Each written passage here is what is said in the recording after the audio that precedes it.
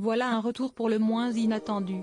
Ce mardi 11 avril, l'ex-ministre de l'économie, des finances et de l'industrie et ancien président du Fonds monétaire international Dominique Strauss-Kahn s'est exprimé sur Twitter pour donner son avis sur la situation actuelle en France, marquée par une crise liée à la réforme des retraites du gouvernement. Devenu très rare, la parole de l'ancien homme d'État ne s'était pas fait remarquer sur les réseaux sociaux depuis décembre 2022 et avant ça octobre 2021.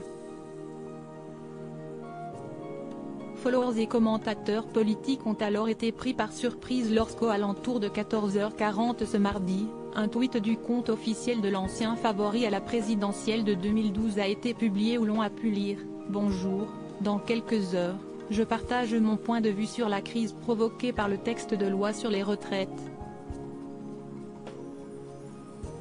Promesse tenue, 2 heures plus tard, ou dans un autre tweet, le compagnon de la femme d'affaires Myriam Laoufir a exprimé son analyse de la situation socio-économique en France dans un texte intitulé La 5e erreur, pointant 4 erreurs réalisées par Emmanuel Macron et son équipe gouvernementale dans cette crise sur la réforme des retraites.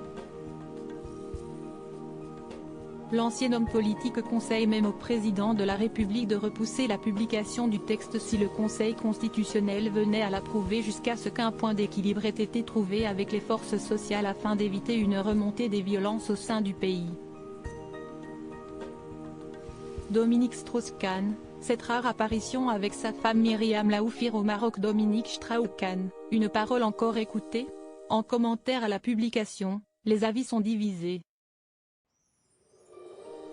Si certains louent la parole et la réflexion de l'ex-époux d'Anne Sinclair, d'autres pointent du doigt le fait d'accorder une quelconque importance à un homme accusé d'agression sexuelle et depuis retiré en grande partie de la vie médiatique.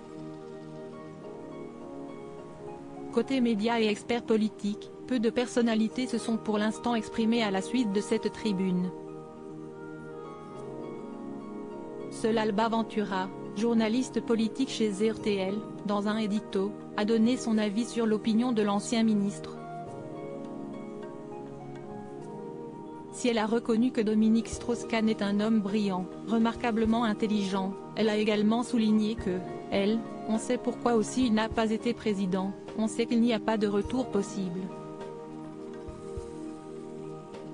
Tribune ou pas tribune, sur quelque sujet que ce soit, l'homme est définitivement cramé et de poser la question, qu'il écoute encore DSK? Crédit photo, Denis Guignebourg.